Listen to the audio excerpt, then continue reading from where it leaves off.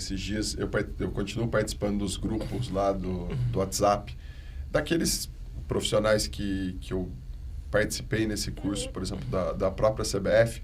Esses dias foi engraçado porque eles postaram um estudo que mostrou que boa parte daqueles atletas que são contratados para a Série A por uma determinada equipe, eles acabam performando mal no primeiro ano e são pouco utilizados pelas equipes.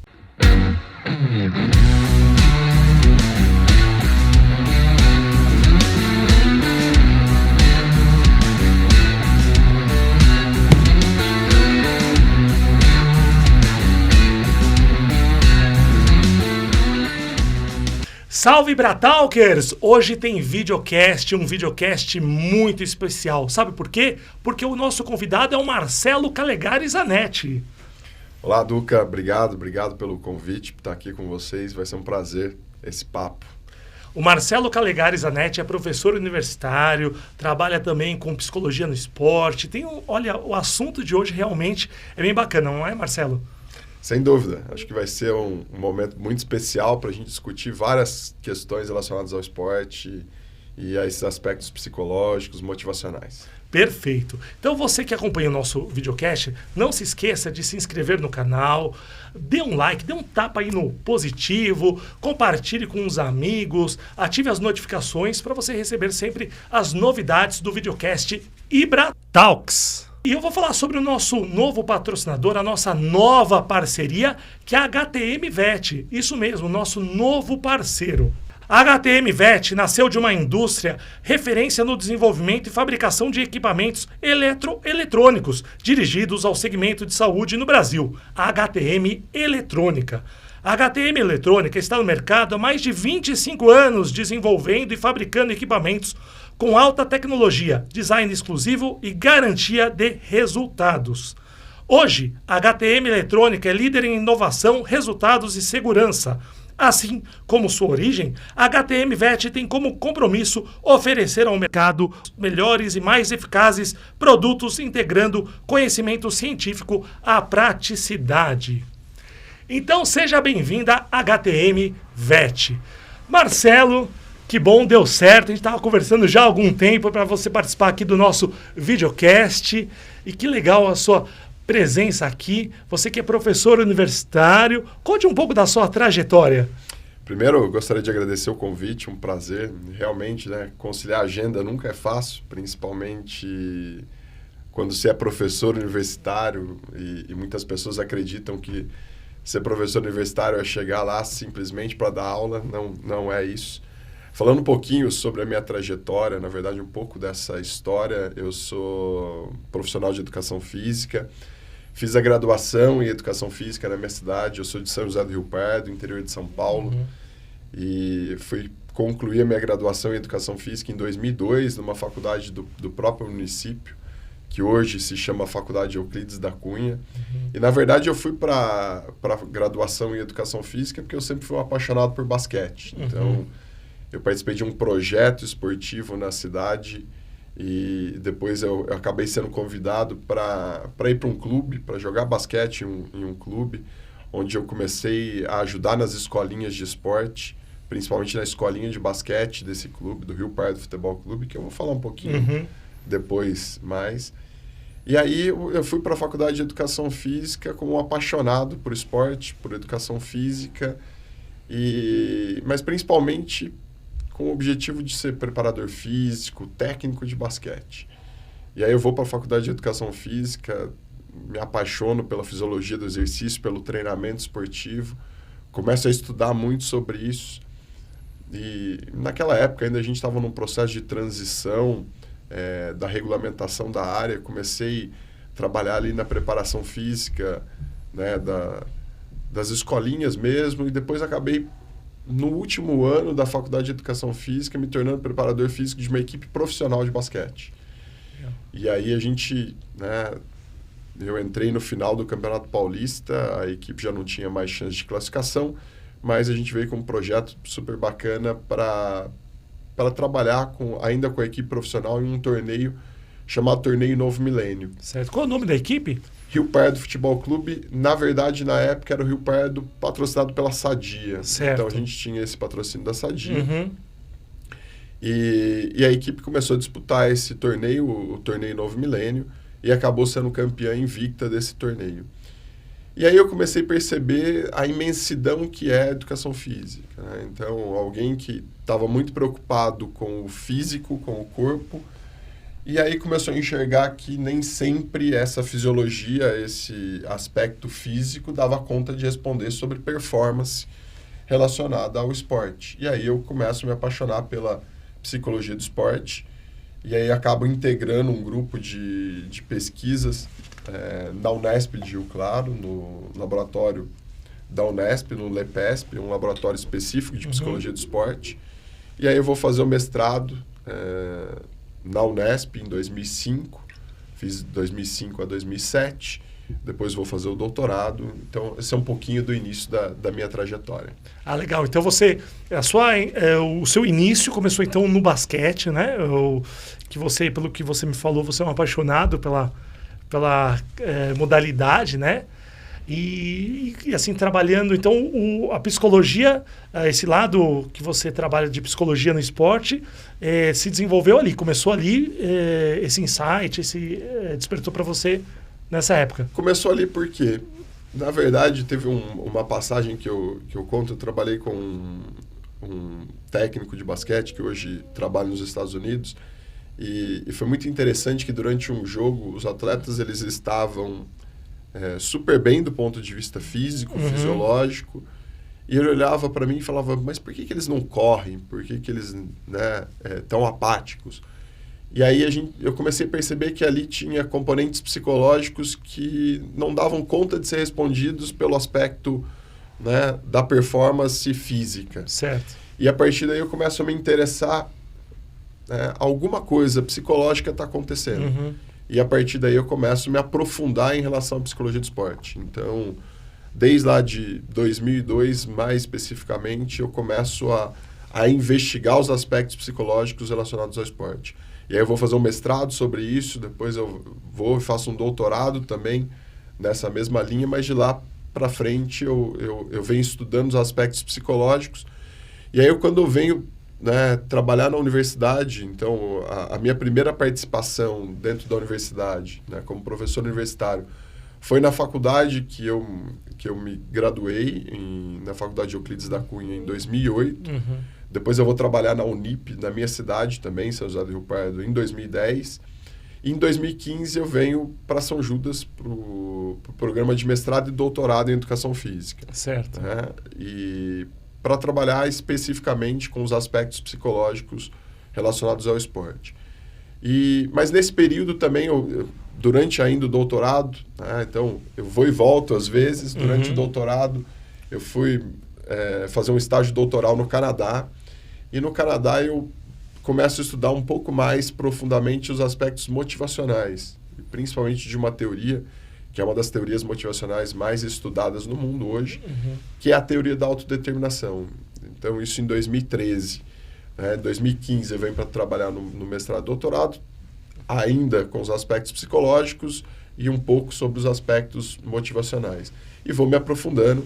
Em 2020, eu monto um laboratório específico sobre motivação e desenvolvimento humano na Universidade de São Judas. Então, qual é o nome desse laboratório? É o Laboratório de Pesquisa da Motivação e Desenvolvimento Humano. Certo. E aí você faz essa parceria, tem os alunos e você presta serviços para profissionais do esporte? Na verdade, esse laboratório é um laboratório específico para os alunos de mestrado, doutorado, de iniciação científica, alunos da graduação, de diferentes áreas. Então, tenho alunos ali da educação física, da psicologia, da fisioterapia, e aqueles que se interessam por estudar a motivação.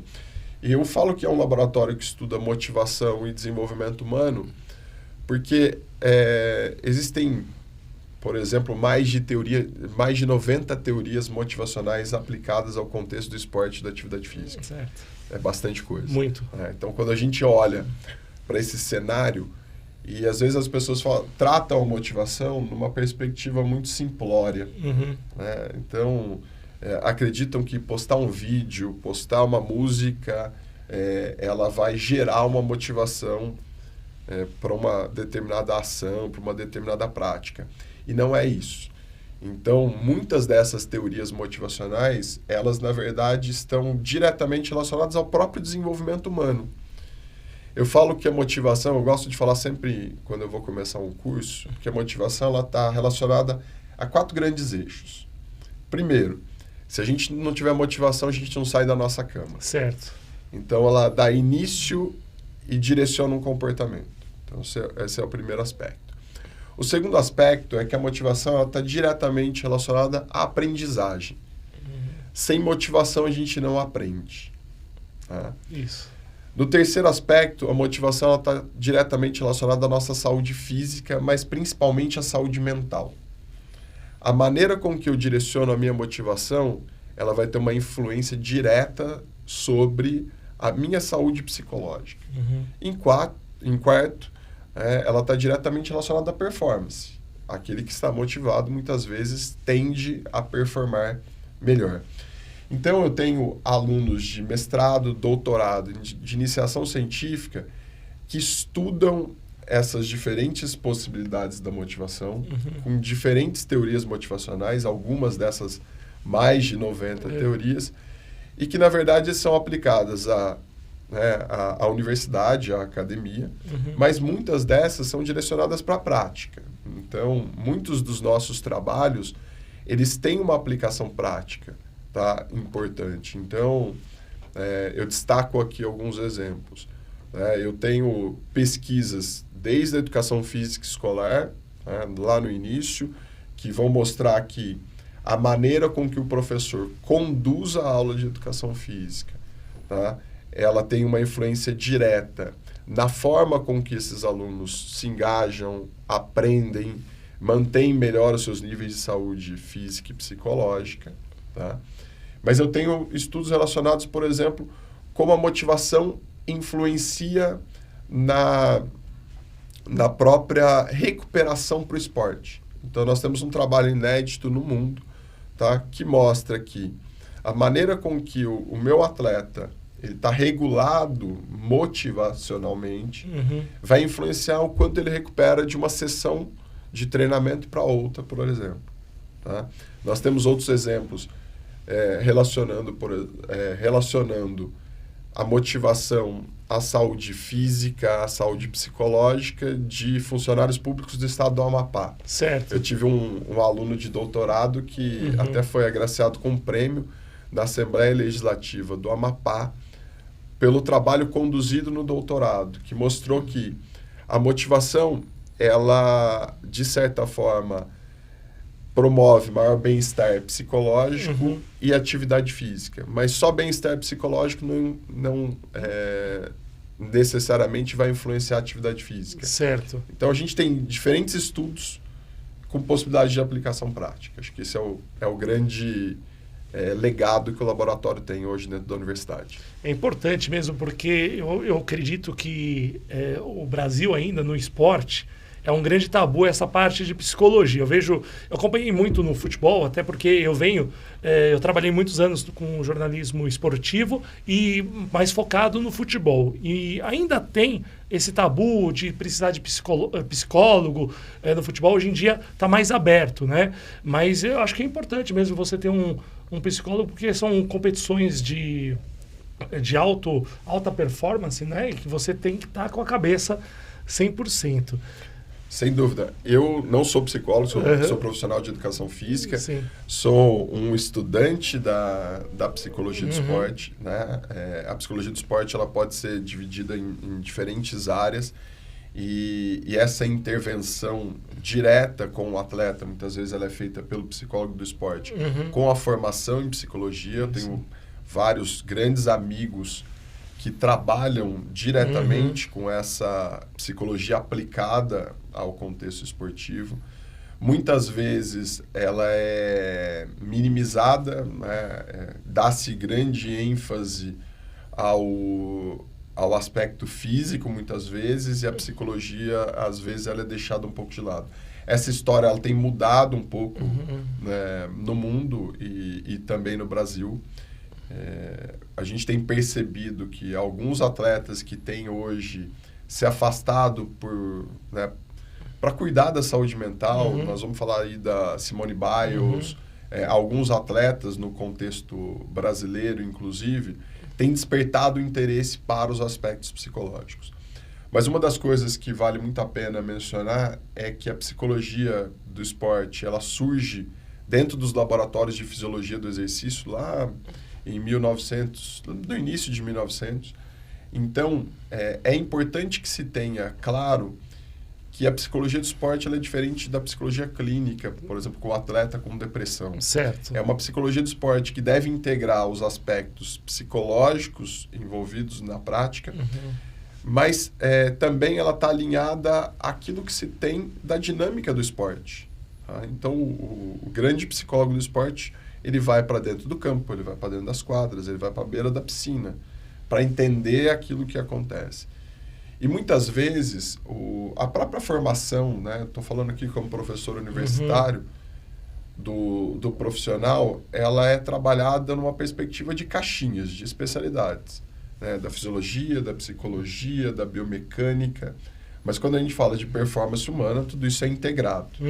Então, o grande profissional, seja o psicólogo do esporte, o fisiologista do exercício, ele deve olhar numa perspectiva mais holística, certo, de entender o ser humano nessa complexidade. Então, um aspecto psicológico, ele influencia no aspecto físico, que influencia no aspecto mecânico. Tá? Da mesma forma que um aspecto mecânico vai influenciar no aspecto psicológico. Certo. Então, essa integração é importante. Então, é uma equipe multidisciplinar, né? Mais do que uma equipe multidisciplinar, é um olhar transdisciplinar. Certo. É o olhar que o preparador físico tem que entender, de certa forma, os aspectos psicológicos. E o psicólogo do esporte tem que entender, de certa forma, os aspectos físicos. Entender o limite do atleta. Sem dúvida alguma. Eu fiz alguns... Né? Na verdade, eu não paro de estudar. E eu acho que o profissional que quer se manter atualizado, ele continua estudando. E eu também fiz 2 cursos da própria CBF, né? Para entender o contexto do futebol. Eu fui fazer gestão de futebol e executivo de futebol. É na CBF Academy. Na CBF Academy.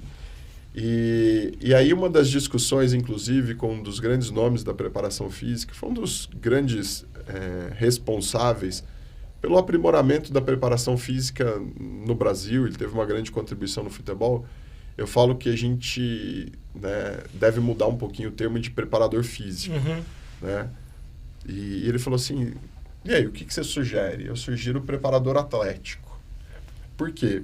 Porque o preparador físico ele não deve olhar apenas para as questões físicas. Ele deve olhar para essas questões psicológicas que vão influenciar no aspecto físico. Então, quando eu lembro lá do basquete, que aquelas questões psicológicas influenciavam o aspecto físico, tá? Isso fica muito mais evidente hoje. Então, às vezes a gente tem um atleta super pronto do ponto de vista físico, fisiológico, e do ponto de vista psicológico, não. Então, isso muda a dinâmica da própria preparação do atleta. Sim.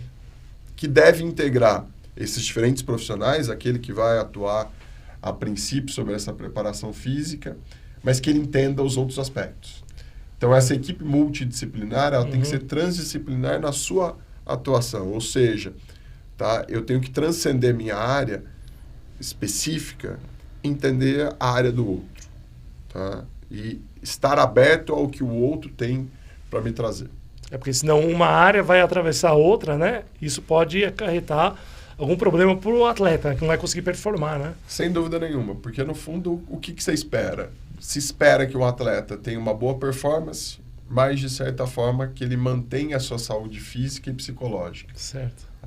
Então, porque muitas vezes se busca um limite, mas esse limite ele dura muito pouco tempo porque outros aspectos não são respeitados. E a gente vê muitos atletas que estão jogando em alto nível, de repente até mesmo no futebol, estão arrebentando, vão para a seleção brasileira, ele vai e tal, e aí de repente começa a cair de produção. Cai muito de produção de uma temporada para outra, e ninguém sabe o porquê. Não teve nenhuma lesão, mas não está conseguindo render mesmo. Não é tão mais velho e pode ser algum problema de realmente psicológico. Então, acho que tudo isso, e assim, o que eu vejo, a imprensa às vezes acaba criticando demais o atleta, as mídias sociais hoje em dia, elas arrebentam acho que com o atleta, se não tiver uma boa cabeça, né? Então, é importante ter essa estrutura emocional por trás, né? Duca, o seu comentário é super importante. Nesses dias, eu continuo participando dos grupos lá do WhatsApp, daqueles profissionais que eu participei nesse curso, por exemplo, da própria CBF. Esses dias foi engraçado porque eles postaram um estudo que mostrou que boa parte daqueles atletas que são contratados para a Série A por uma determinada equipe, eles acabam performando mal no primeiro ano e são pouco utilizados pelas equipes. E aí estava se discutindo numa perspectiva mais de produção. Então, olha, eu contratei um produto, um atleta, e esse produto está sendo pouco utilizado, tá, pela minha equipe. Então, imagina agora, tá na época da gente falar sobre milhões, né? Então, um atleta é contratado por 150, 170 milhões, ele vai para uma determinada equipe e acaba sendo subutilizado nesse início, porque ele acaba não performando. E aí eu coloquei uma provocação, a gente sempre brinca, né? Qual vai ser a polêmica do dia? E a provocação foi, seria muito legal se a gente olhasse para esse atleta como um produto, tá? Que você comprou, está lá na prateleira, você foi lá, comprou, e você já pode usá-lo e vai ter um máximo rendimento. Não acontece isso. Tá? O ser humano, ele é muito mais complexo que isso. Então, existem diferentes fatores que vão interferir nesse processo. Adaptação ao ambiente, adaptação à equipe, adaptação, muitas vezes, à alimentação, ao clima. Então, às vezes, eu tenho um atleta que rende muito bem no estado de São Paulo e ele vai ser contratado lá pelo Nordeste, com um clima completamente diferente, com uma alimentação muitas vezes diferente. Nós estamos falando do mesmo país. E aí ele não tem uma performance tão boa nos primeiros meses ou no primeiro ano. Tá? Aí muitas vezes ele é deixado de lado ou ele é vendido num valor inferior por uma outra equipe e depois ele acaba rendendo. Então a gente tem que ter um olhar para o atleta muito mais amplo do que isso. Entender que o atleta não é produto. O atleta, para performar, ele depende de uma série de fatores que muitas vezes não são entendidos. Não só pelas equipes, tá? Que deveriam entender muito melhor esse cenário, mas pela mídia esportiva, pelos fãs, né? Pelos torcedores que são apaixonados pelaquela determinada modalidade e acredito que contratou da equipe A, ele vem para B e já vai render da mesma maneira. E às vezes exageram, né? Vão no centro de treinamento, ameaçam o jogador, família. Sem dúvida. E aí a gente tem essa cultura no Brasil, muitas vezes, né? Desse tipo de ameaça que a gente vê muitas vezes. E alguns atletas, a gente tem casos de atletas que abandonam o futebol nacional, preferem morar no exterior, às vezes até ganhar menos em equipes de não tanta projeção, mas para ter uma segurança física, não só para ele, como para a família. Tá? A gente tem alguns casos no Brasil, e isso é um problema grave. Porque, na verdade, né, imagina você tá treinando, o atleta está fazendo o seu trabalho, e muitas vezes ele tem invasão da torcida organizada que chega lá, coloca o dedo na cara, ameaça a família, e isso é bastante complicado. E no curso da CBF, o que você achou desse curso? Você acha que é importante? Porque é um curso recente, né? Acho que faz o quê? Uma década que tem esse curso? Ele não é um curso tão... ele está no mercado há algum tempo. Acredito que por volta aí de uma década, talvez um pouco menos. E você tem diferentes áreas, né? Você tem desde da preparação física, aspectos da preparação psicológica. Eu fui para uma outra área, que é a área de gestão, que é uma área que também me interessa bastante. Então, eu fiz 2 cursos na área de gestão. O de executivo de futebol e o de gestor de futebol. Tá? Então, na verdade, são cursos que trazem um olhar para diferentes áreas dessa gestão e os aspectos físicos, os aspectos psicológicos também são abordados, mas no ponto de vista da gestão. E é um curso que eu acho que são cursos que são importantes para a formação do profissional que vai trabalhar com futebol. Eu acho que são super relevantes, mas existem coisas que devem ser pensadas. Muitas vezes o profissional ele acredita que vai para um curso desse e que a simples participação dele no curso vai garantir um trabalho de excelência. Na verdade, o trabalho de excelência começa na própria graduação que ele está fazendo. Então, se ele está fazendo a graduação em educação física, se ele está fazendo a graduação em gestão, tá? É importante que ele tenha uma base boa para que depois ele vá para esse tipo de curso como um aprofundamento. Tá? Mas, de certa forma, ele tem que continuar estudando, né? O que a gente chama de lifelong learning, né? O aprendizado ou aprendizagem ao longo da vida. Então, é um curso que, para quem quer trabalhar na gestão esportiva, é um curso bem interessante e porque aborda vários aspectos, né? É mais voltado realmente ao futebol, obviamente. Ele é especificamente para o futebol. Então, tá. Nós temos aí a participação de profissionais de diferentes áreas, muitos com atuação prática em diferentes clubes ou em universidades, mas ele é voltado especificamente para o contexto do futebol. Isso é bacana porque os clubes de futebol, pelo menos os clubes que ainda não viraram SAF, quem ocupam os cargos de gestão são o quê? Conselheiros, indicações. Às vezes eles não têm um conhecimento técnico em um determinado assunto, mas por uma questão política acabam ocupando aquele cargo, né? Então é bacana poder fazer um curso desse tipo para poder se especializar, porque uma coisa é você ser gestor de uma empresa que não tem nada a ver com o futebol e de repente vai para o futebol e aí você vê que é um mercado completamente diferente, né? Sem dúvida, eu tenho essa experiência na gestão, porque além de ser professor universitário, eu às vezes assumo alguns desafios na vida. Então, esse mesmo clube que eu joguei basquete nas categorias de base, que eu trabalhei como preparador físico, eu recebi um convite no ano de 2002 para ser conselheiro. Certo. E aí eu fiquei no conselho do clube durante um tempo, mais de 10 anos. E sou conselheiro ainda do clube, sou desde 2002 até agora, mas em 2015 mudou um pouco esse cenário, quando eu aceitei ser presidente desse mesmo clube, do Rio Pardo Futebol Clube. E aí eu assumo a gestão, e muitas vezes a gestão é isso, né? Você, principalmente de clube pequeno, mas depois a gente pode trazer isso para o cenário do futebol, que você é um apaixonado por aquele determinado clube, você não tem uma formação específica naquela área e você acaba assumindo um cargo de liderança. Então, me tornei presidente. Tá? O clube estava passando por um problema grave em termos de gestão, né? Não só problemas financeiros, mas na própria credibilidade. E o esporte, que era muito forte dentro do clube, estava morrendo. Tá?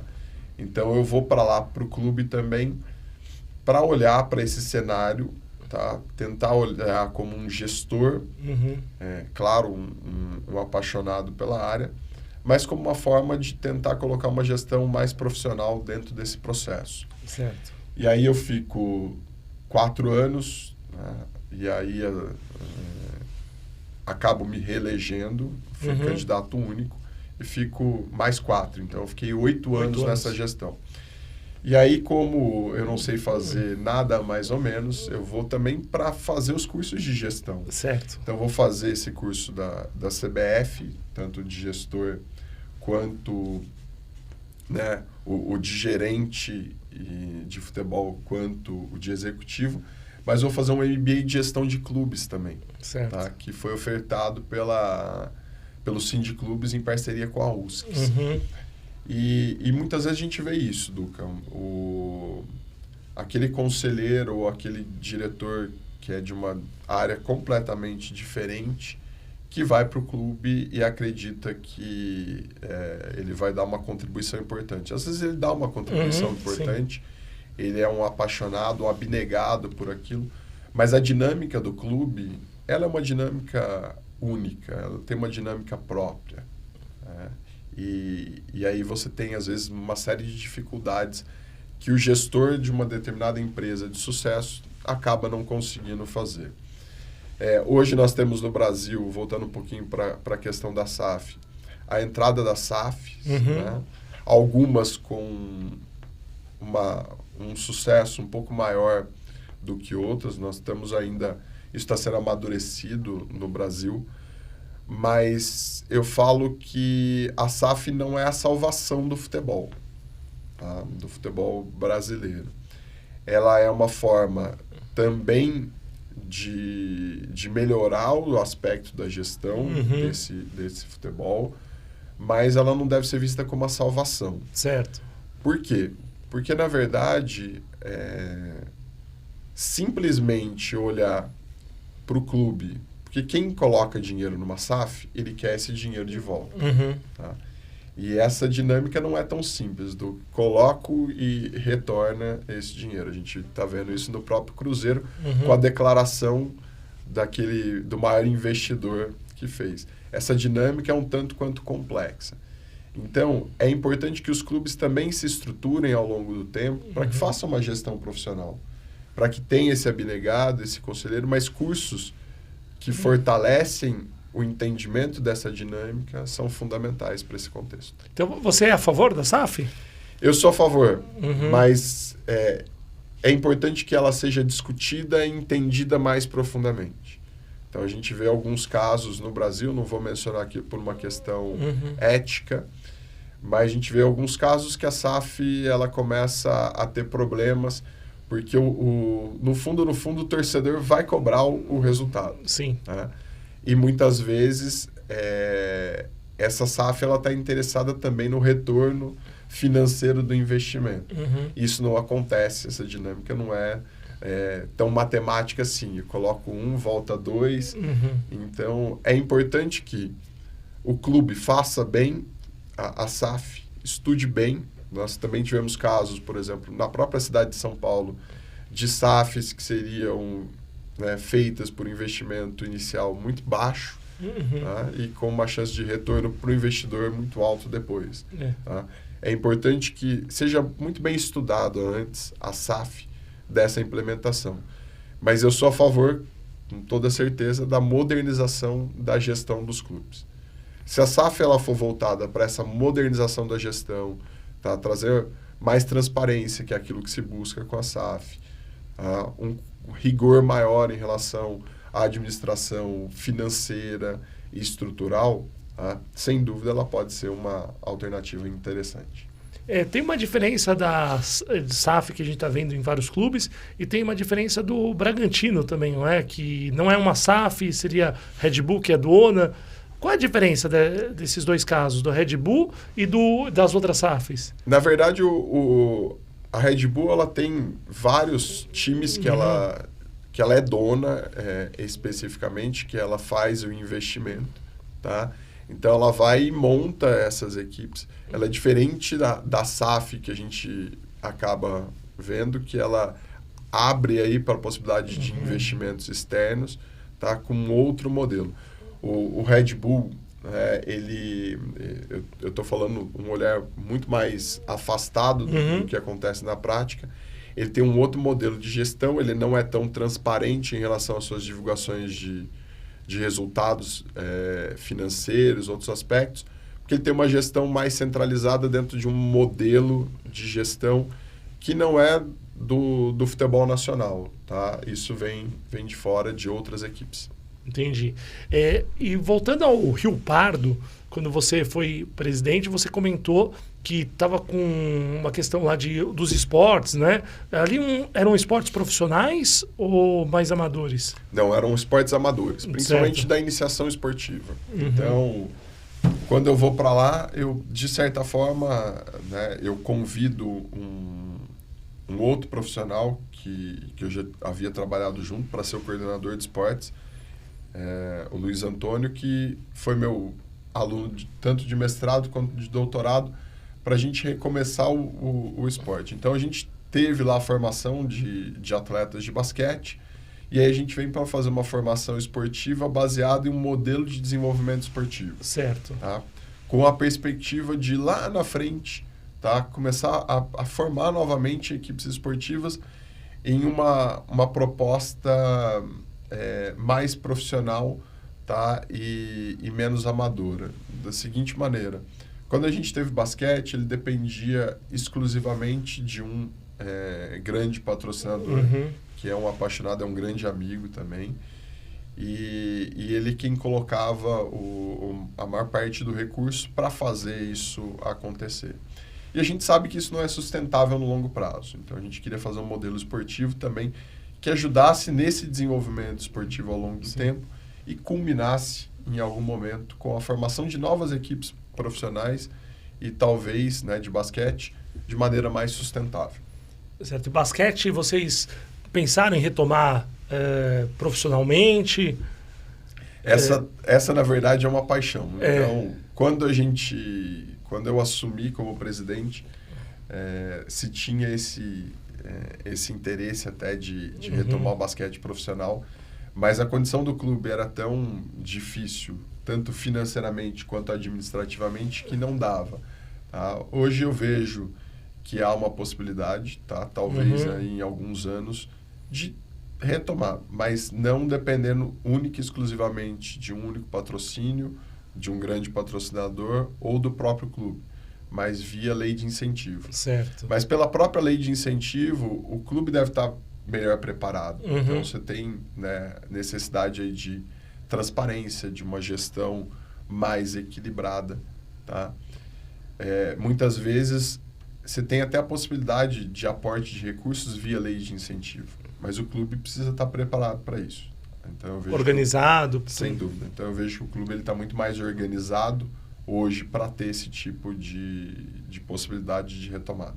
Um clube para disputar a NBB ou a Liga Nacional Feminina, ela precisaria de quanto de valores para uma temporada?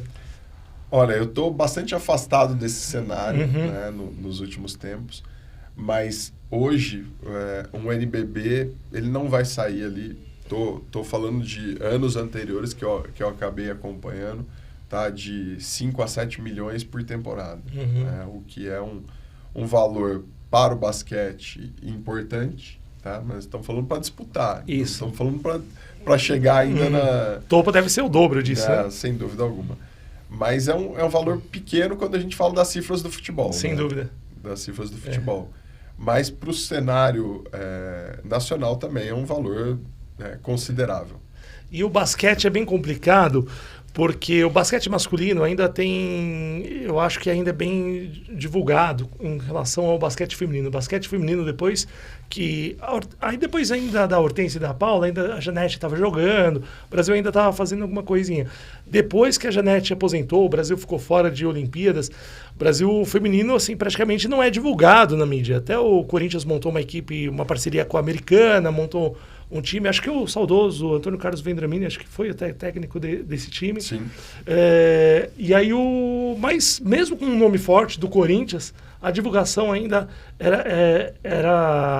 não era tão forte assim. O Corinthians voltou agora com um time feminino, também pouco divulgado, mesmo um clube de massa. Então eu vejo um basquete feminino numa situação bastante complicada. Já o masculino ainda se fala, tem uma certa divulgação. Por que acontece essa diferença entre basquete masculino e feminino? Na verdade, a questão, Duca, não é do basquete feminino e masculino. A questão é do masculino e do feminino no esporte. Certo. Então, quando a gente olha para o basquete, tem esse grande abismo. Apesar de a gente ter um basquete feminino hoje ainda performando num bom nível. Tá? Então, nós tivemos aí recentemente a própria seleção brasileira indo muito bem em competições internacionais. Nós temos a participação, por exemplo, Campinas continua, o projeto Vendramini, inclusive, estava em Campinas, então mudou, na verdade, o patrocínio Mas se tem o basquete em Campinas, se tem o basquete, por exemplo, no César Araraquara, que é muito forte, mas o número de equipes femininas é inferior ao número de equipes masculinas. Tá? Mas a projeção do esporte feminino no Brasil, de certa forma no mundo, ela é muito menor do que o masculino. Tá? Então, vamos olhar para o próprio futebol feminino. Então, nós estamos com a seleção brasileira às vésperas, né, de disputar o título aí da Copa América. Isso, exatamente. E quantos jogos a gente viu passando em TV aberta em horário, né, exatamente. Que possibilita com que as pessoas acompanhem. Então, esse é um problema do esporte feminino, que muitas vezes não tem a mesma divulgação pela mídia como se tem no masculino. Mas você acha que isso é um certo preconceito, uma questão cultural do Brasil ou do mundo? Eu vejo como um misto de uma série de aspectos. Né? Muitas vezes se tem um preconceito em relação à performance, acreditando que o rendimento do feminino seja muito inferior ao do masculino. Sim. E essa não é uma verdade. Nós temos um aspecto cultural que ainda, eu acredito que essa mudança cultural ela demanda muito tempo. Então eu vejo que tanto o basquete, quanto o futebol, quanto o vôlei vem ganhando espaço, né? O feminino vem ganhando espaço ao longo dos anos, mas ainda a gente precisa de muito tempo para que essa cultura, né, ela seja mais equilibrada em relação ao masculino. Eu imagino, porque aqui no Brasil, o futebol feminino, acho que agora está começando a aparecer, de uns 2, 3 anos para cá, a TV aberta está mostrando, inclusive essa final da Copa América Feminina, a Globo transmitindo ao vivo, algo que não acontecia um tempo atrás, né? Então o futebol feminino vem crescendo, vai ter Copa do Mundo aqui, mas eu vejo uma situação ainda bem inferior ao futebol masculino. A gente vê, por exemplo, jogos São Paulo Futebol Clube, manda jogos no CT de Cotia. Palmeiras não joga no Allianz Parque, a não sei se for um jogo super importante. O Corinthians joga no Parque São Jorge. Aí quando tem um jogo, uma final, aí vai para Neoquímica Arena. Mas o público, nesse que eu citei, CT de Cotia, o Palmeiras jogando, acho que em Jundiaí, que joga no futebol feminino, o Corinthians no Parque São Jorge, o público é baixíssimo, só mesmo quando tem um grande jogo. Mas, por exemplo, o ano passado, Corinthians e Palmeiras fizeram a final do Paulista. O segundo jogo foi em Jundiaí, vazio o estádio. Então, realmente, ainda... a cultura, embora tenha evoluído o futebol feminino, mas ainda está muito abaixo, né? Muitas vezes se tem o futebol feminino por uma obrigação. Porque tem uma questão que a Conmebol tinha obrigado os clubes a terem um futebol feminino, não poderiam jogar competições da Conmebol, e aí depois o CBF também... Isso. Porque, na verdade, para que você tenha o futebol masculino, de certa forma, você tem que ter um investimento no feminino. Mas muitas equipes, ainda por esse aspecto cultural, elas fazem um investimento mínimo. Isso. Então, eu preciso investir X no futebol feminino. Então, eu invisto só aquele X para que eu possa ter o masculino. Mas existem coisas que às vezes a gente não consegue mensurar. Né? Aí a necessidade de olhar para a gestão numa perspectiva mais ampla. Porque a partir do momento que eu tenho o masculino, tá, e eu tenho a obrigação de fazer o feminino, mas quantas pessoas, né, do sexo feminino eu conseguiria atrair se eu tivesse uma equipe também com uma projeção importante? E despertar nesse torcedor a paixão não só para levar o homem para dentro do estádio, para levar a mulher, mas para levar a filha que olha para a equipe feminina e se vê como espelho. Eu falo que, por exemplo, o basquete, quando nós tivemos o basquete profissional na cidade, ele não foi importante apenas para os adultos terem um momento de lazer assistindo o basquete, né, jogando lá na primeira divisão com grandes equipes. Mas ele é uma forma de espelho para as crianças. Tá? Então, eu ter esse investimento no masculino, no feminino, muitas vezes isso é espelho para essas crianças que são cada vez mais inativas. Sim. Estão cada vez mais fugindo das modalidades esportivas. E estão migrando para os jogos online. Por quê? Porque é aquele espelho que elas têm visto. Então, se a gente quer olhar para esse torcedor, para despertar essa paixão, é importante que o futebol ele também seja tratado nessas diferentes possibilidades. Sim. Tá? O basquete seja tratado nessas diferentes possibilidades. Com que se tenha esse tipo de espelho. E não na política do investimento mínimo. Tá? Só porque eu preciso ter aquela determinada modalidade. Isso é bem complicado. Eu me lembro do caso do Ceará, que foi campeão da Série A. Eu não lembro se ele foi campeão ou se ele subiu mesmo na Série A2 do futebol feminino. Aí, só que o que aconteceu? O time masculino foi rebaixado para a Série B. Aí o que o Ceará fez? Cortou a verba do feminino, porque ele diminuiu a receita, porque caiu para a Série B. Aí sobrou para quem? O feminino. Aí o feminino foi um show de horrores lá na principal divisão do futebol brasileiro, tomando de 10, 11, porque eles tiraram totalmente a verba, botaram as meninas de 20 anos, 18 anos, para disputar um campeonato importante. Então, realmente, o futebol feminino é deixado de lado. E é uma pena, né, que as meninas que a gente vê cada vez mais assistindo jogos, indo aos estádios, né, mas isso não se reflete na versão feminina, né, dos demais esportes. Né? E nós estamos falando ainda do Brasil, que tem ainda um trabalho melhor na América do Sul, tá? Em relação a esse aspecto. Né? Eu estava ouvindo esses dias sobre as condições, por exemplo, da equipe do Uruguai, que pouco tempo antes da competição ela acabou nem treinando como uma forma de protesto pelas condições que são colocadas. Né? Mas a gente tem vários problemas com grandes equipes do futebol nacional que fazem esse investimento mínimo e vão lá, tomam de 10, tomam de 12. E esse é um problema. E esse é o espelho que se está proporcionando para muitas crianças que poderiam ingressar nessa determinada modalidade. Você vê que a Conmebol, ela mesma maltrata o futebol feminino. Teve um jogo Brasil e Bolívia nessa Copa América que as jogadoras tiveram que fazer, não puderam fazer o reconhecimento do gramado, né? Elas fizeram juntas ali no mesmo espaço, até rolou meio uma confusão entre brasileiras e bolivianas. A Conmebol organiza todo ano uma Libertadores de 2 semanas, estádios vazios, pouco divulgado o evento, e ela maltrata mesmo o futebol feminino, faz mais por obrigação, e é lamentável isso, né? Sem dúvida, a gente viu esse cenário nessa Copa, inclusive as próprias jogadoras brasileiras encabeçando ali um protesto em relação a isso, mudou um pouco, depois elas passaram a poder aquecer durante 15 minutos no campo.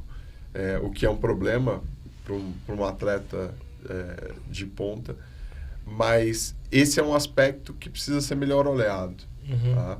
Porque não adianta eu só ter a modalidade, eu tenho que fazer uma gestão para que isso aconteça de uma maneira mais importante. Então, coisas do imaginário, né? Quando a criança vai para a escola, ela vê lá uma imagem de atleta jogando, quem que ela vê? Ela vê a imagem do homem, né? Do masculino. Quantas vezes a gente vê, por exemplo, as chamadas aí na TV aberta do futebol que mostra o feminino? Poucas, né? Então isso é muito pouco. E aí quando vai se vender, por exemplo, o próprio patrocínio, os valores são muito diferentes. Então a gente precisa pensar melhor o modelo de esporte que a gente está fomentando no país, no mundo, mas vamos olhar mais especificamente para o Brasil. Tá? O quanto a gente forma essa perspectiva. O quanto a própria educação física escolar, muitas vezes, ela é moldada para atender ao aspecto da própria performance do masculino. Né? Quantas meninas elas são estimuladas a participar dessas modalidades esportivas ou ficam ali só em algumas específicas. Então é um cenário muito amplo, que a gente não consegue resolver da noite para o dia, nem com imposição. Essas imposições que se tem das federações, das confederações, de olha, você vai disputar um campeonato, mas você tem que ter essa determinada equipe, tá? O feminino, elas ajudam, porque o cenário era pior. Isso. Mas elas não garantem uma projeção importante. Eu participei de uma Quando a gente teve o basquete profissional, o clube também era obrigado a ter equipe juvenil. Certo. Então, na minha própria cidade era assim. Aliás, era o basquete masculino, né? Era basquete masculino, só masculino na época. Então, você precisava ter... Se você tivesse a equipe disputando o Campeonato Paulista, você era obrigado a ter, no mínimo, a equipe juvenil disputando. Certo. Então, também era do investimento mínimo para ter senão também não tem profissional. condições, né? Sem dúvida nenhuma. E como você vê o esporte em si? Porque o que eu vejo nos Jogos Olímpicos, naquele período, aí sim a gente fala de várias modalidades, né? Acabou os Jogos Olímpicos, a gente só vai ouvir, talvez, nos Jogos Pan-Americanos e olhe lá. Né? Então, porque a mídia, ela fala de futebol. Hoje o vôlei, tudo bem, o vôlei, acho que sim, o vôlei cresceu bastante. O feminino, aliás, é bem estruturado no voleibol. Então, acho que o vôlei, o futebol e o basquete ainda tem também um espaço, não tanto quanto tinha, mas ainda tem. O resto, quando a gente vê, talvez no surf, o surf ganha, aí sim fala. A impressão que dá é que quando o Brasil vai bem num esporte, num cenário mundial, aí sim tem alguma divulgação. Mas fora isso, é completamente inexistente perante a mídia, né? Nós temos, na verdade, os lobos solitários. Então, às vezes eu tenho lá, claro, uma cobertura muito maior do futebol, aí eu tenho um pouco do vôlei, né, um pouco do basquete, um pouco do handball. E aí aparece de vez em quando alguém que conquistou uma medalha ou que tem chance de medalha, né, seja no surf ou em uma determinada prática que a mídia faz esse tipo de cobertura. E aí se dá uma projeção muito maior, né, muito maior não, um pouco maior do que é para aquela determinada modalidade. E quando a gente olha para o próprio estatuto de alguns clubes, né, e eu falo que eu fui olhar para a gestão, porque eu fui gestor, certo. Mas eu vejo que muitas coisas vão acontecer quando eu tenho uma gestão boa. Quando a gente olha para o próprio estatuto de muitos clubes, no estatuto do clube é previsto a participação em esportes olímpicos e paralímpicos. Então, nós nem conversamos ainda sobre o Paralímpico. Está previsto no Estatuto. Mas a previsão no Estatuto, por si só, ela não garante que essa determinada modalidade ela será fomentada de uma maneira ideal. Nós temos alguns clubes no Brasil que fazem isso de maneira brilhante, mas, de certa forma, não são acompanhados pela mídia com tanto interesse. Nós temos aqui, por exemplo, na cidade de São Paulo, para citar um dos exemplos, o Clube Pinheiros, que faz um trabalho brilhante em diferentes modalidades, olímpicas, paralímpicas. Tá? E isso precisa ser acompanhado também, de certa forma, pela mídia. Certo. Mas a mídia ela é influenciada pela cultura de um país. E ainda a gente tem uma cultura que privilegia o futebol. Quantas vezes você viu uma chamada, por exemplo, da corrida, né, no Paralímpico, na TV aberta? Isso não acontece. Não acontece. Aliás, era muito legal quando tinha o Luciano do Vale, nosso saudoso Luciano do Vale, tinha o Show do Esporte nos anos 90, 80, 90. Eu acompanhava bastante, não tinha TV a cabo, então o Luciano do Vale fazia muita divulgação do basquete feminino, basquete masculino, outros esportes, então era bem legal. Depois surgiram a TV fechada, aí começaram, a ESPN transmitia muito, Sport TV, mas hoje eu vejo que essas emissoras, o trabalho fantástico que o José Trajano fazia na ESPN Brasil, saiu. Hoje eu vejo a ESPN mais voltada a futebol, algo que ela fazia muito bem em outros esportes. Então, até na TV fechada, que aí é onde você não tem aquele lado tão comercial quanto a TV convencional, ela acaba deixando de lado esses esportes, né? Isso que é uma pena. Ela acaba deixando de lado pelo próprio interesse, né? Porque muitas vezes, e uma vez eu ouvi um grande jornalista esportivo falando, né? Que perguntaram para ele, mas por que o basquete não está na TV aberta, né? Na época não estava. Por que o handball não está? Eu falo assim, porque a gente coloca... Ninguém assiste. E o número de espectadores é muito baixo. Mas por que é muito baixo? Porque a gente ainda não despertou essa cultura. Então, o que é despertar essa cultura? Eu olho para a gestão esportiva, eu olho, né, para o contexto do esporte, Eu tento entender essa lógica que está por trás, tanto comercial quanto estrutural, mas, de certa forma, olhar para a formação atlética. E aí eu trago um exemplo. Nós tivemos aqui um congresso olímpico em São Paulo há alguns anos, e veio o pessoal da gestão do esporte do Reino Unido.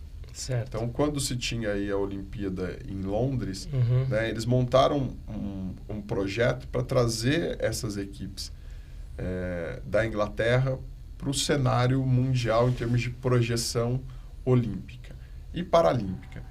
E uma das coisas que eles citaram como grande exemplo é que eles tinham muita propaganda chamando as crianças, chamando as pessoas para praticar diferentes modalidades na TV e nas grandes mídias. Tá? Então, a gente está falando que a TV ela perde um pouquinho hoje do espaço, muitas vezes, para as mídias, para as redes sociais. Então, se tinha ali uma busca muito grande por despertar essa curiosidade para diferentes modalidades. Certo. E aí eles saem lá, né, da posição 50, 60 no ranking e vão para uma posição muito melhor ali, brigando entre os 5, 10 primeiros. Mas eles atribuem isso a essa ampla divulgação de diferentes modalidades. Então, muitas vezes, a mídia divulga aquilo que ela consegue vender, mas o fomento do governo também deveria priorizar essas diferentes modalidades se ele busca ter uma nação que vá competir bem internacionalmente em diferentes áreas. E a gente sabe que para você melhorar a tua classificação numa Olimpíada, numa Paralimpíada, e no Paralímpico o Brasil faz isso muito bem, ele depende de diferentes modalidades, ele não depende de algumas delas, como o basquete, o futebol e o voleibol.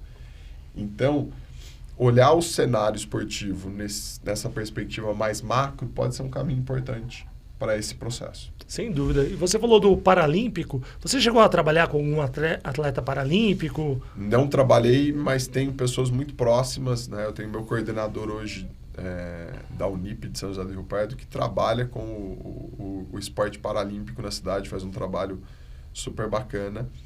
E é engraçado, né? Porque ele mesmo fala.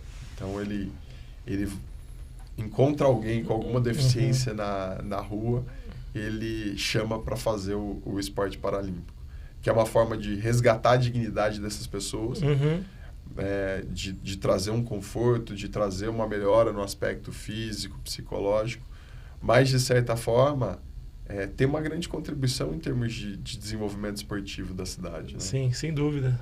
É importante, né, você trazer essas pessoas, né, que acabam são pessoas que têm potencial para disputar de repente um esporte paralímpico e a pessoa nem sabe, né?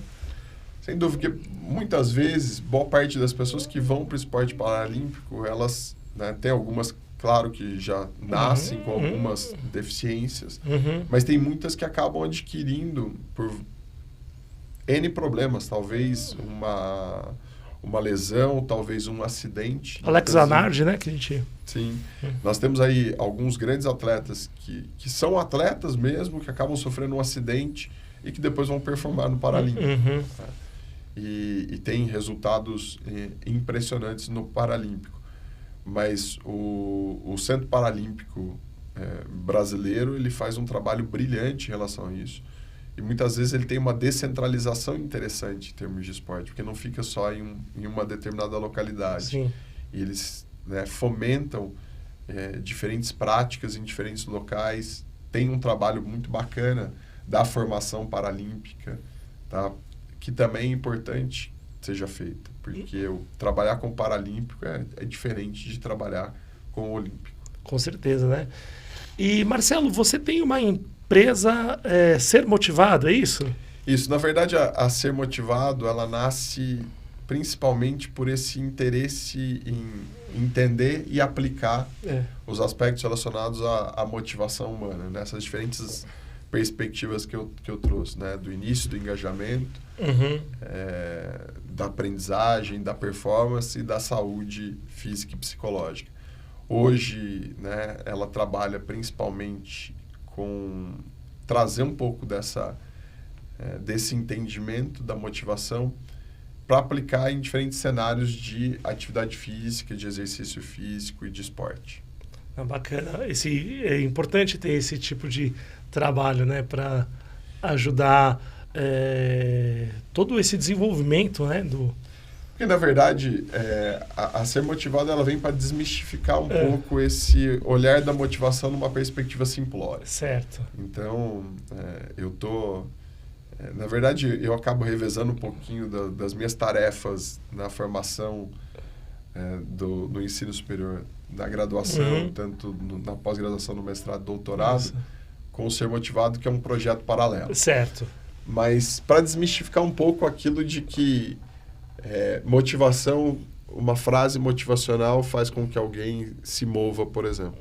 E não funciona assim. Então, eu uso da Ser Motivado, e a Ser Motivado ela vem nessa perspectiva para formar as pessoas por um olhar diferente para a motivação humana. Então, esses dias mesmo eu gravei um vídeo falando um pouquinho sobre uma teoria motivacional na prática, né? E eu começo o vídeo lá, você é irracional, eu também sou. Como é que alguém vai trocar o sofá por exercício físico, né? Ficar suado, se esforçar. E não é uma frase motivacional que vai fazer isso. Então, tem todo um cuidado nessa preparação para que, efetivamente, as pessoas possam se mover. Então, hoje, a Ser Motivado, ela está trabalhando mais especificamente com o profissional de educação física, com o personal trainer, que quer melhorar um pouco os índices de inatividade física que a gente tem no país. Isso é um problema você entende que isso é um problema para a saúde mesmo do brasileiro. O brasileiro que não faz atividade física pode acarretar problemas futuros.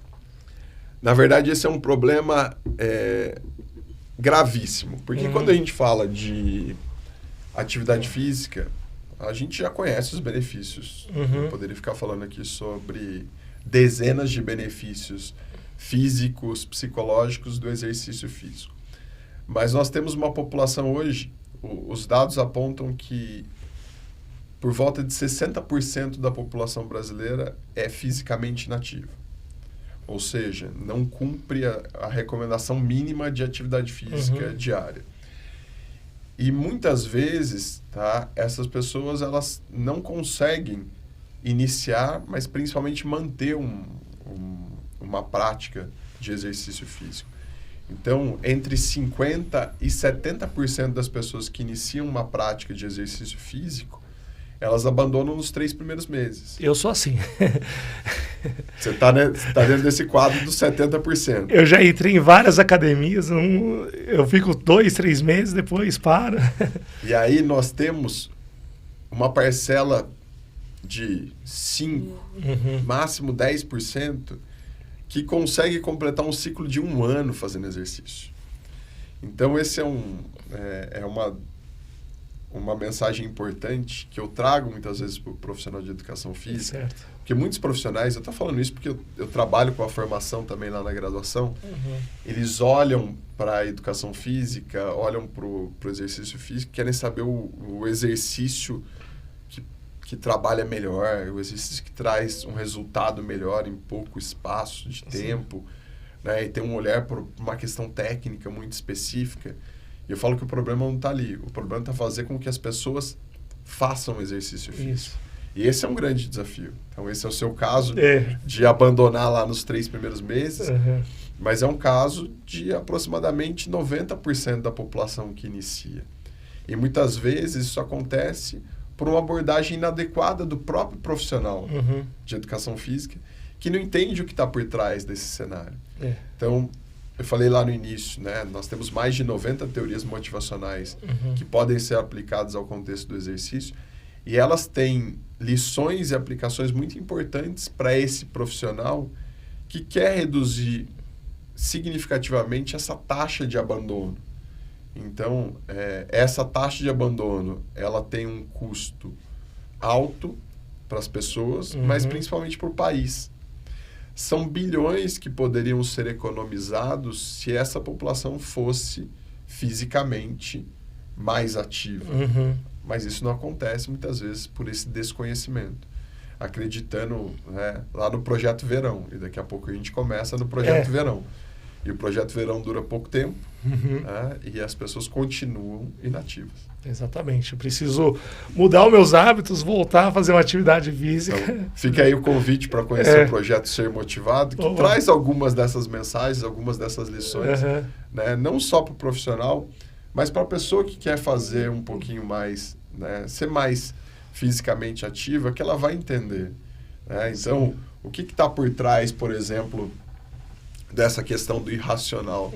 Nós temos uma teoria ali que explica, né, que boa parte das nossas decisões ela é tomada pelas nossas emoções, pelo contexto que é criado, tá? E não pela razão. Duca, você sabe que é importante fazer exercício. Sem dúvida. Mas por que você não faz? Porque, às vezes, o teu profissional, o profissional que vai trabalhar com você, ele não te recebe, né, de uma maneira educada, de uma maneira... Atenciosa. Né, atenciosa. Porque muitas vezes você pergunta para o profissional, o que um grande profissional deve ter? Não, deve conhecer sobre o aspecto biomecânico, o aspecto fisiológico, o aspecto técnico, o exercício que pega melhor. Aí você pergunta para o aluno, o que um bom profissional deve ter? Ele vai falar assim, atenção. E é uma coisa que, às vezes, ele não faz. Exatamente. E ainda aí, mais nessas grandes academias, né? Que tem tem centenas de alunos ali e acabam dando atenção, passam um exercício e... Na verdade, boa parte dessas grandes academias, elas ganham nisso. Elas ganham no aluno que paga o plano anual e que vai 2 a 3 meses e abandona aquele tipo de prática. O meu último eu fiz recorrente, porque eu me conheço, então ainda bem que eu fiz recorrente. As pessoas estão olhando um pouquinho mais com cuidado, porque antes você chegava numa academia, né, linda academia, você ia lá, pagava um plano de 1 ano, ia 2 meses e abandonava. Porque muitas vezes a gente não sabe, né, como estimular aquele tipo de participação. Sim. Porque às vezes a gente, inclusive, não sabe ouvir as pessoas. Exato. Porque, às vezes, o aluno chega lá com um objetivo e o profissional, antes de falar com o aluno, ele já tem um objetivo completamente diferente. Eu tenho até um problema nas costas. Aí, na última academia que eu fui, eu mostrei o laudo, tudo, ele me passou uns exercícios. Aí eu falei, mas esse exercício não vai prejudicar minhas costas? Ele falou, eu acho que não. Quando ele falou, eu acho, eu já perdi a confiança no profissional. Teve também uma outra academia que eu acabei fazendo há uns anos atrás, pouco antes da pandemia, eu estava fazendo os exercícios nos aparelhos, estava gostando até de fazer. Aí depois eu pedi para dar outros exercícios, para melhorar. Aí eu só falei, não quero fazer aqueles exercícios que tem que pegar aqueles pesos, que não tem aparelho, só os pesos, porque eu sou meio descoordenado, enfim.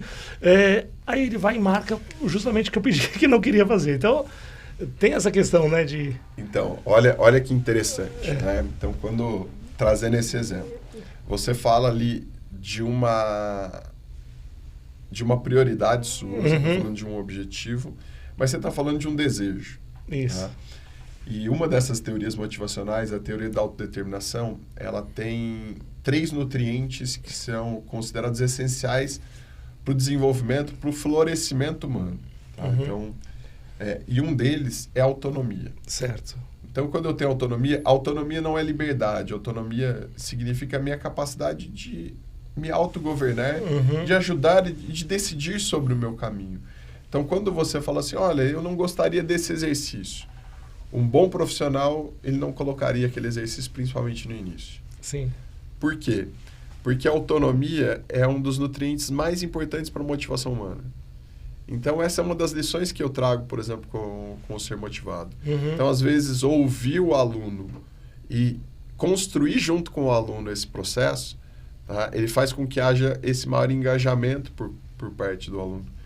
E olha como isso é interessante, né? Dentro dessas possibilidades, dessas teorias, dos estudos. Aquilo, de certa forma, te marcou. Aquilo, de certa forma, gera uma repulsa inconsciente pelo exercício físico, porque você acaba associando o exercício físico a esse tipo de lembrança. Tá? Então, você tem uma formação, uma memória, né, afetiva até relacionada ao exercício, e naquele caso não é afetiva, ela é negativa. E que, de certa forma, acaba te gerando um certo abandono daquele tipo de prática.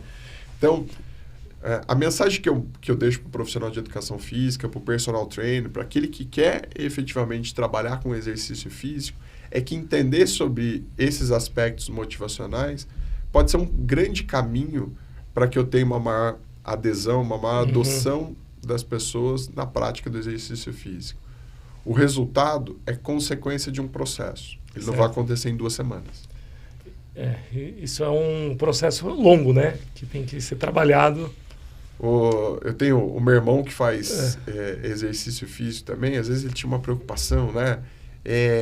Quanto tempo eu demoro para perder tantos quilos? E eu brinco e falo assim, o exercício físico faz bem para você hoje? Não, faz muito bem. Então, para que você quer abandonar? Você quer fazer para abandonar? Não. Né? Essa permanência, ela vai te trazer o resultado tá? Ao longo do tempo, do ponto de vista estético, naquela preocupação. Isso. Mas o exercício físico, ele te traz benefícios todos os dias. Uma maior disposição, um maior bem-estar, uma maior vitalidade. Então, são esses aspectos. E que muitas vezes são negligenciados pelo próprio profissional de educação física, que, de certa forma, acaba direcionando para uma questão estética. Né? Ou o aluno já vem com essa questão estética muito enraizada e ele acaba valorizando mais ainda.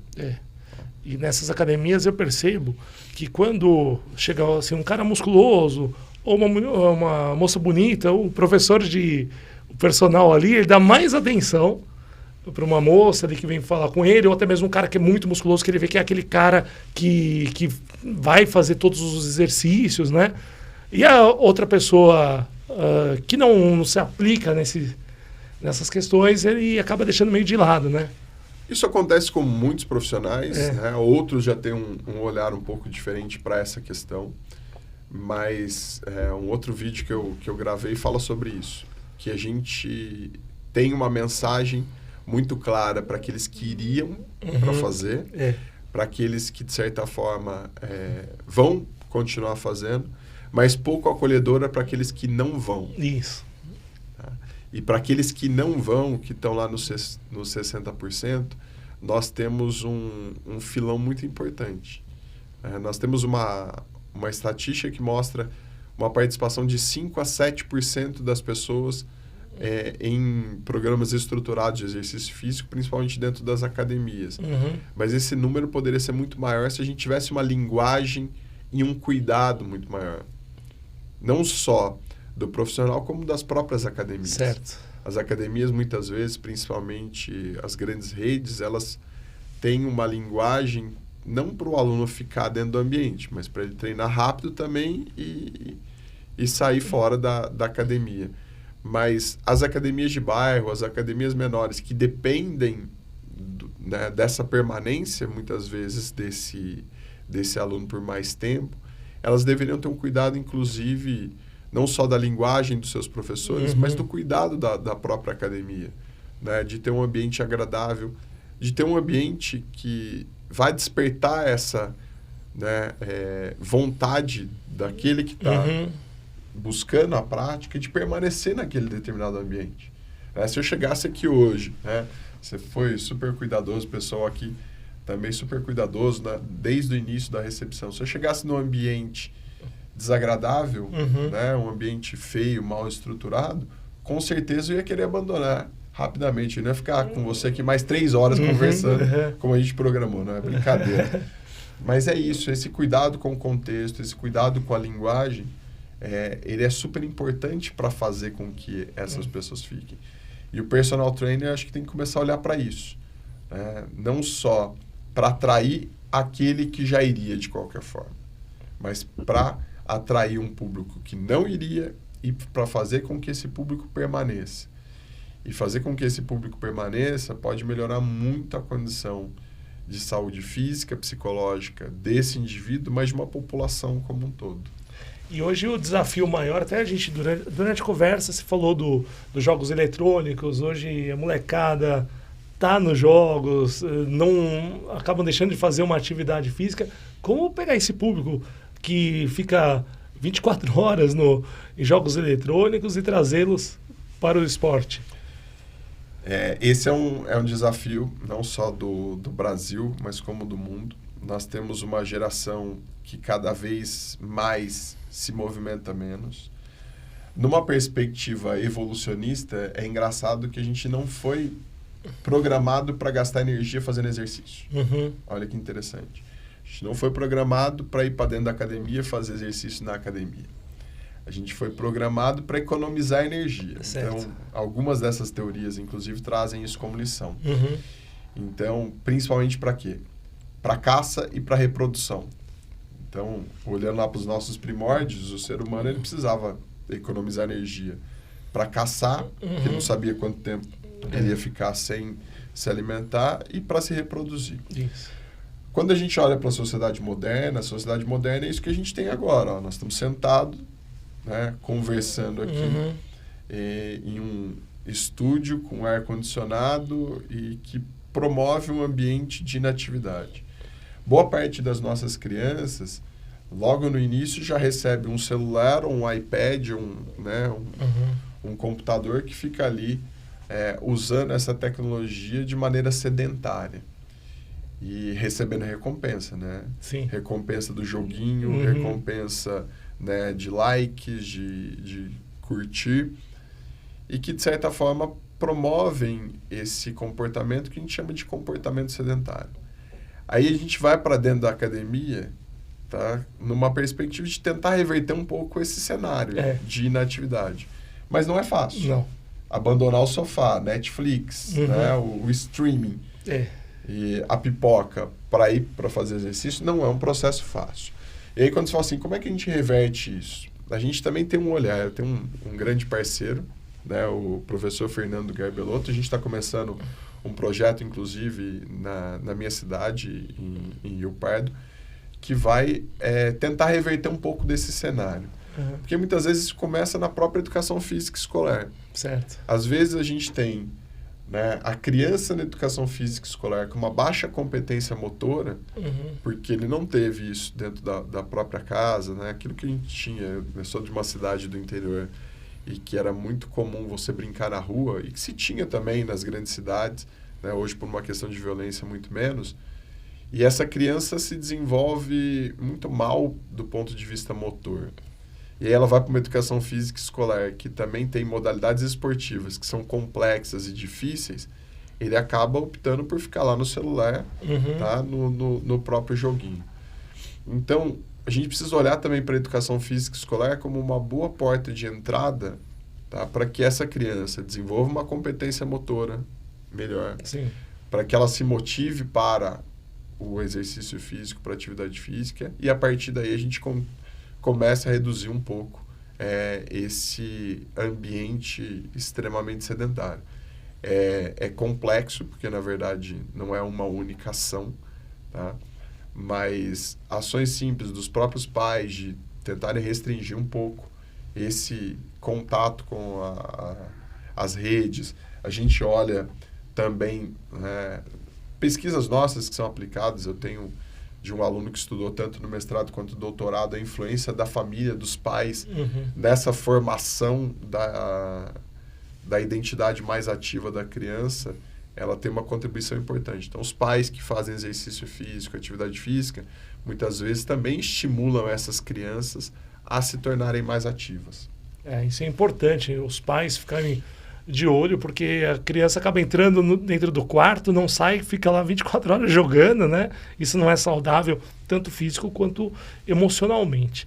E Marcelo, você comentou comigo, antes de entrar aqui no videocast, que você lá na São Judas tem uma parceria com a Portuguesa, é isso?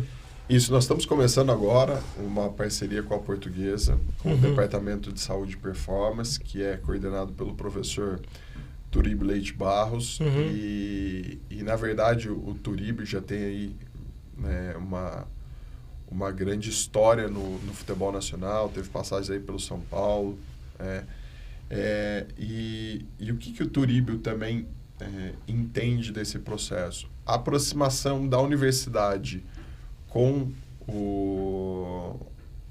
a equipe de futebol, no caso da Portuguesa, ela tende a trazer grandes benefícios, tanto para a universidade, que depende muitas vezes também das pesquisas, tá? Da extensão, desses projetos de extensão para o seu desenvolvimento, quanto para o desenvolvimento da modalidade esportiva e no caso do futebol. Então, a gente está começando agora, a assinatura do contrato se deu na semana passada, tá? Mas a gente já vinha em negociação antes, para aproximar a Universidade de São Judas, nesse caso, da Portuguesa, para o desenvolvimento das modalidades.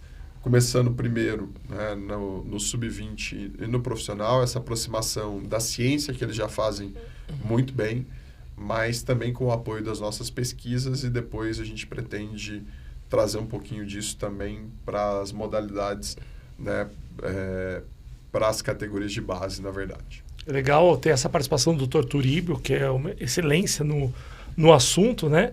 E muito bacana ver a Portuguesa de volta, né? Eu cheguei a trabalhar no programa Paixão Lusa com o nosso querido Antônio Quintal. Aliás, Quintal, um grande abraço.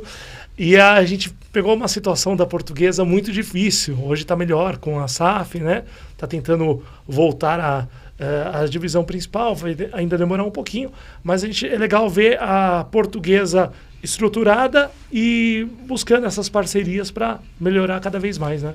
Sem dúvida, a gente teve a oportunidade de visitar o CT da Portuguesa, eles já vem fazendo um trabalho de excelência. É um trabalho difícil, claro, de reestruturação, você sair aí de uma Série D com o objetivo de voltar à primeira divisão do futebol nacional. Não é fácil, já está na primeira divisão do Campeonato Paulista, o que também é um desafio, principalmente porque não depende só do recurso financeiro, né?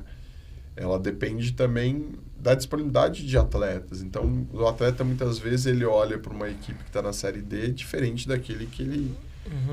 daquilo que ele olha para um atleta que está lá na Série A. Mas essa aproximação da ciência, da universidade, com aquilo que é feito, né, diga-se de passagem, já de excelência na Portuguesa, é para que, de certa forma, a gente consiga, tá, pensar o quanto a ciência pode contribuir com a prática e a prática também contribuir com a ciência. Então, o professor Turíbio, ele tem esse olhar, porque ele, né, também vem aí do ensino superior, foi, né, professor universitário, e essa aproximação é importante.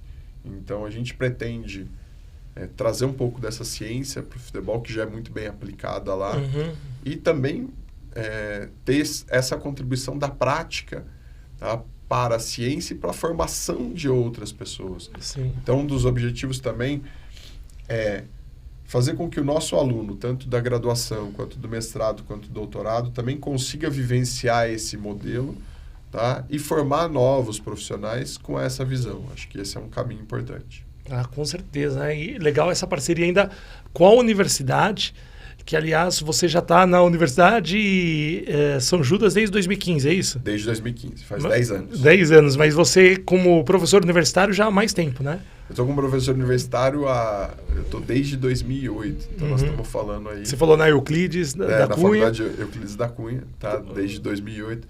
Então nós estamos falando aí de pelo menos 17, 18 anos na área. E nesses 18 anos, 17, 18 anos, como você vê a universidade? Você acha que ela está caminhando bem?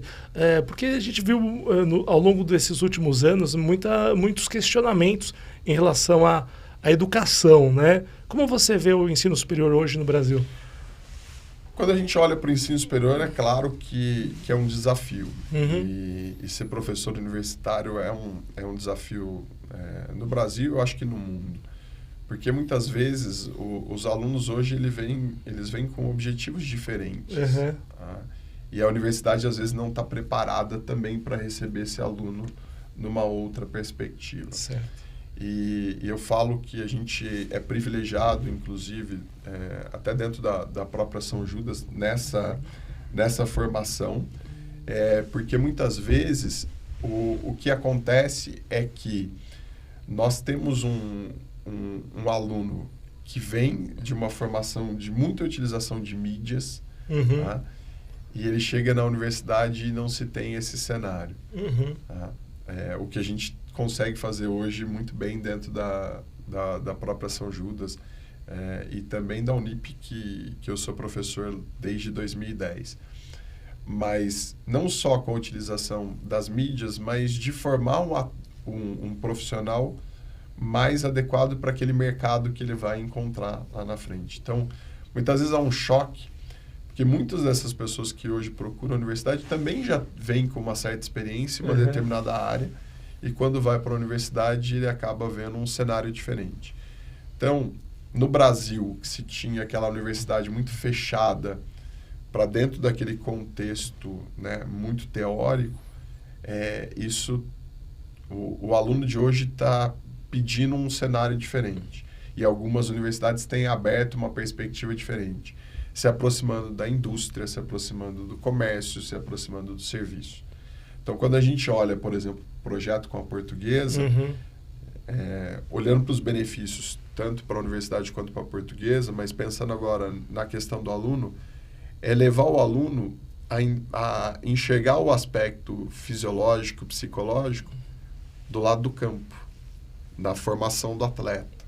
Então, essa participação desse profissional, quando vai para um estágio ou para uma vivência prática, e que ele consegue transcender o conhecimento da universidade para a prática, isso muda o cenário. Certo. Então, se a gente tem uma universidade ainda no Brasil que está envolta só olhando para o aspecto teórico, ela está fadada ao fracasso. Certo. Então, por quê? Eu tive a oportunidade também de fazer alguns cursos, e eu fiz um curso da Universidade de Harvard bastante interessante, que uma das coisas que se discutia nessa necessidade, né, de contestação que se tem, não é no Brasil, é no mundo. Sim. Isso estava sendo discutido, esse curso que eu participei foi com cerca de 300 profissionais, com 300 professores universitários, sendo por volta de 30 do Brasil. Tive a oportunidade de participar com um colega, inclusive, da São Judas. Mas quando a gente olha para o mundo, há uma contestação do ensino superior, porque muitas vezes ele não tem uma aplicação prática no mercado de trabalho. Então, o aluno sai da universidade e olha para o mercado e vê um cenário diferente. E aí, uma das coisas que se discutia nesse curso é a necessidade de trazer para o próprio ensino aspectos que ele vai utilizar na sua própria prática, certo, no seu próprio dia a dia. Então, a universidade ela está tendo que se reinventar, porque hoje o aluno está contestando esse tipo de situação, e não é no último semestre, não, é desde o início da própria formação. É bem interessante mesmo, assim, trazer um professor universitário, porque a gente vê, hoje tem muitos palpiteiros, né? Aí, sobretudo nas mídias sociais, então é bacana ter uma pessoa que vive esse meio universitário, né? Para poder passar essas colocações, né? E essas informações. Isso é muito legal aqui para o nosso videocast. Marcelo, a gente está chegando ao final do nosso videocast, muito bacana esse papo, mas antes de finalizar, eu vou te fazer 3 perguntas. Claro. Tá bom? Lá. Então vamos lá. Um hobby. Um hobby, leitura. Sou apaixonado por leitura. Seu futuro. Eu acho que eu vejo muitas coisas, as pessoas têm até chamam de profissão, não sei se é profissão, que é futurologista. Eu, na verdade, eu não gosto de traçar o futuro. Tá? Eu gosto de pensar o presente, tá? Mas principalmente entendendo que o futuro é incerto e que a gente constrói por meio das nossas ações. Mas quando eu olho para o meu futuro, eu penso em alguém que vai continuar aprendendo sempre. Já que você falou que o seu hobby é leitura, um livro.